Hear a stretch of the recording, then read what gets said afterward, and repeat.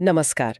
आज हम एक बहुत ही दिलचस्प किताब पर बात करेंगे जो मर्द होने की जो पुरानी परिभाषाएं हैं ना। उनको जोर का झटका देती है, कह सकते हैं। बिल्कुल। किताब का नाम है मैन इनफ। Man enough. और इसके लेखक है एक्टर जस्टिन बाल्डोनी। और इसकी सबसे अच्छी बात यह है कि ये कोई कैसे एक बेहतर मर्द बने वाली गाइड बुक नहीं है। हाँ। ये ताकत छीनने की नहीं, बल्कि दिल और दिमाग को जोड़ने की बात करती है। मतलब सिखाती कम, सवाल ज्यादा पूछती है। सही कहा। तो आज हमारा इरादा भी यही है कि हम जस्टिन बाल्डोनी की इस किताब के कुछ हिस्सों को खंगालें और समझें कि इसके जरिए वो क्या कहने की कोशिश कर रहे हैं। और ये किताब भले ही मर्दों के बारे में हो, इसकी बातें हम सब पर लागू होती हैं। तो चलिए बातचीत की शुरुआत उसी एक लाइन से करते हैं जो शायद हम सब ने बचपन से सुनी है। मर्द रोते नहीं है। हाँ, क्या वाकई में भावनाएं दिखाना कमजोरी की निशानी है? या फिर ये हमारे समाज का बनाया हुआ सबसे बड़ा धोखा है? क्या बात है, इसी सवाल से शुरू करते हैं। किताब का जो सबसे बड़ा सवाल है उसने मुझे सच में चौंका दिया। ये किताब ये नहीं पूछती कि क्या आप एक अच्छे मर्द हैं, नहीं। बल्कि ये पूछती है क्या हम इंसान बन पाए हैं। हाँ, और ये सवाल बहुत जरूरी है, क्योंकि जैसे ही मर्द शब्द को हटाकर इंसान शब्द रखा जाता है ना, तो ये बातचीत किसी एक लिंग तक सीमित नहीं रहती। बिल्कुल, ये हम सबके अनुभव की कहानी बन जाती है। किताब में डर, असुरक्षा, गुस्सा और खुद से लड़ने जैसी, मतलब उन सभी भावनाओं की बात की गई है जिन्हें हमें अक्सर छिपाने को कहा जाता है। लेकिन खासतौर पे मर्दों के लिए ये उम्मीदें कुछ ज्यादा ही भारी हो जाती हैं, है ना? बहुत ज्यादा। हमेशा मजबूत दिखो, हमेशा सब कुछ संभालो, कभी कमजोर मत पड़ो।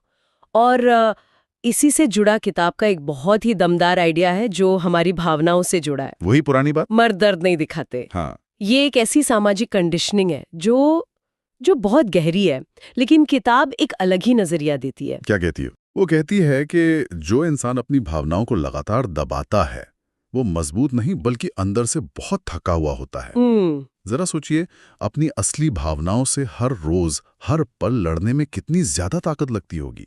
ये तो अपने आप से ही एक जंग छेड़ने जैसा है। किताब में लेखक एक जगह कहते भी हैं कि जब हम किसी को रोता हुआ देखते हैं तो हमारा पहला रिएक्शन होता है कि वो कमजोर है। हाँ, अक्सर यही होता है। लेकिन सोचिए, उस पल में वो इंसान दुनिया की परवाह किए बिना अपने दर्द को पूरी ईमानदारी से जाहिर कर रहा है। उस ईमानदारी के लिए हिम्मत चाहिए। सही बात है। तो असल में रोना कमजोरी नहीं, बल्कि एक तरह की हिम्मत और सच्चाई का पल है। और यहाँ पर ईमानदारी को एक ताकत के रूप में देखा जा रहा है। ये अपनी सच्ची भावनाओं को अपनाने का एक तरीका है, उन्हें नकारने का नहीं। देखिए, जब हम स्वीकार करते हैं कि हम कैसा महसूस कर रहे हैं, तभी हम उस भावना से सही मायनों में निपट सकते हैं। उसे दबाने से तो वो खत्म नहीं होती। नहीं, बस अंदर ही अंदर और ज्यादा उलझ जाती है और फिर किसी और शक्ल में बाहर निकलती है। और ये जो भावनाओं को दबाने की बात है, ये असल में एक तरह का बोझ ही तो है।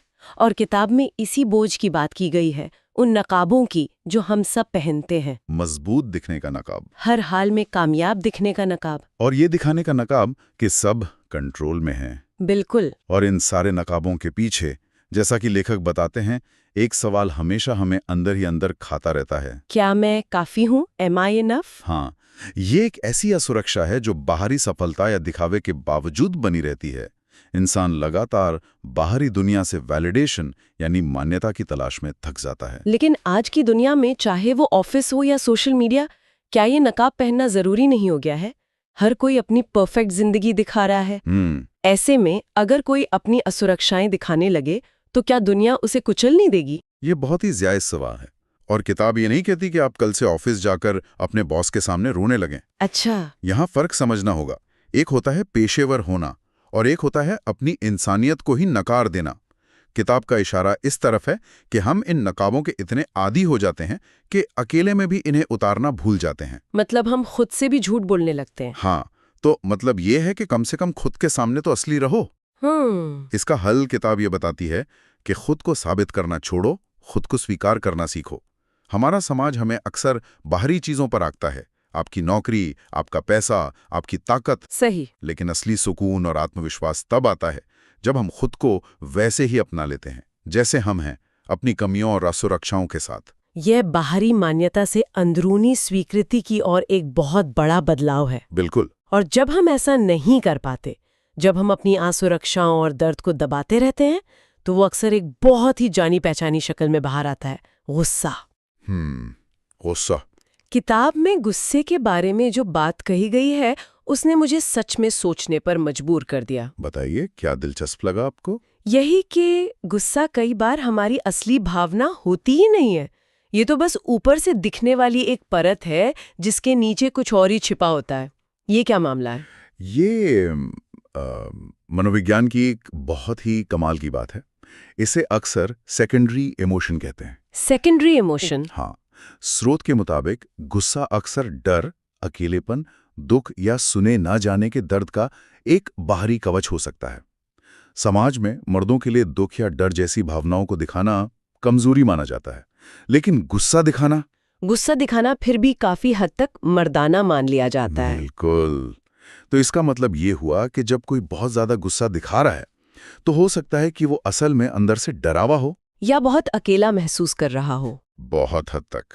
सोचिए, एक मैनेजर जो अपने जूनियर की छोटी सी गलती पर बुरी तरह चिल्ला रहा है, हो सकता है कि वो असल में इस बात से डरा हुआ हो कि इस गलती से प्रोजेक्ट फेल हो जाएगा और उसकी नौकरी चली जाएगी। अच्छा। पर डर दिखाने की जगह वो गुस्सा दिखाता है क्योंकि वो ज्यादा आसान और सामाजिक रूप से ज्यादा स्वीकार्य है। वाह, ये तो पूरा नजरिया ही बदल देता है। मतलब हमें किसी के गुस्से को देखकर सिर्फ ये नहीं सोचना चाहिए कि ये कितना गुस्सैल इंसान है, बल्कि ये सोचना चाहिए कि इसे किस बात का दर्द या डर हो सकता है। बिल्कुल। और किताब कहती है कि जब हम अपने गुस्से की वजह को समझना शुरू कर दें तो असल में हम खुद को समझना शुरू करते हैं। ये खुद से पूछने जैसा है कि मुझे असल में किस बात का डर है, या मैं किस बात पर दुखी हूं जिसे मैं मान नहीं पा रहा हूं।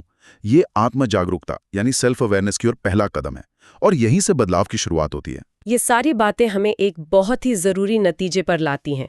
भावनाओं को ईमानदारी से महसूस करना, नकाबों के बोझ को समझना, गुस्से के पीछे छिपे दर्द को पहचानना, ये सब हमें कहाँ ले जाता है? ये हमें किताब के सबसे बड़े संदेश की ओर ले जाता है और वो संदेश एक छोटी सी लाइन में छिपा है। कौन सी? सही होने से ज्यादा जरूरी है सच्चा होना। सही होना बनाम सच्चा होना, ये सुनने में बहुत गहरा लग रहा है। इसका मतलब क्या है? देखिए, सही होना अक्सर हमारे अहंकार, हमारी ईगो से जुड़ा होता है। इस साबित करने की कोशिश कि मैं कभी गलती नहीं करता, मुझे सब पता है, मैं सब संभाल सकता हूँ। जबकि सच्चा होना अपनी मानवीय सीमाओं को स्वीकार करने के बारे में है। ये मानने के बारे में है कि हाँ, मुझे डर लग रहा है या मुझे इस बारे में नहीं पता या मुझे मदद की जरूरत है। हाँ, और मदद मांगना, इसे तो हमारे समाज में कमजोरी की सबसे बड़ी निशानी माना जाता है, खासकर मर्दों के लिए। और किताब इसी सोच को तोड़ती है। वो कहती है कि सच्ची मजबूती सब कुछ अकेले झेलने में नहीं है। अकेले सब कुछ करने में एक तरह का घमंड हो सकता है, लेकिन मदद मांगने में विनम्रता और आत्मविश्वास दोनों लगते हैं। ये स्वीकार करना कि मैं सब कुछ अकेले नहीं कर सकता और मुझे मदद की जरूरत है, ये अपने आप में एक बहुत बड़ी ताकत है। तो मतलब मैन इनफ या पर्याप्त मर्द होने का मतलब परफेक्ट होना नहीं है? नहीं। इसका मतलब अपनी कमियों के साथ सच्चा होना है। हाँ, और दूसरों के प्रति भी सच्चा होना, दूसरों की बात सुनना, उनकी भावनाओं को समझना, ये सब सच्चा होने का ही हिस्सा है। सही है। जब हम सही होने की जिद छोड़ देते हैं, तभी हम दूसरों से और खुद से सही मायनों में जुड़ पाते हैं। ये सारी बातें आज की भागदौड़ भरी जिंदगी से बहुत गहराई से जुड़ती हैं। आज हर कोई एक तरह के प्रदर्शन के दबाव में है, चाहे वो सोशल मीडिया पर हो या असली जिंदगी में। हमेशा खुश दिखना, कामयाब दिखना, मजबूत दिखना। हाँ, एक रेस लगी हुई है जैसे। अगर कोई अंदर से थका हुआ या टूटा हुआ महसूस कर रहा है तो ये किताब उसे याद दिलाती है आप पहले इंसान हैं। और आखिरी संदेश यही है कि किसी को परफेक्ट होने की जरूरत नहीं है, सच्चा होने की जरूरत है। और जैसा कि किताब कहती है, वही आपको सच में पर्याप्त बनाता है। जब हम अपने सच के साथ खड़े होते हैं, अपनी भावनाओं को अपनाते हैं और जरूरत पड़ने पर मदद मांगते हैं, तब हम बाहरी दुनिया की नजरों में नहीं बल्कि अपनी नजरों में पर्याप्त यानी इनफ बन जाते हैं। ये एक बहुत ही शक्तिशाली और सुकून देने वाला विचार है।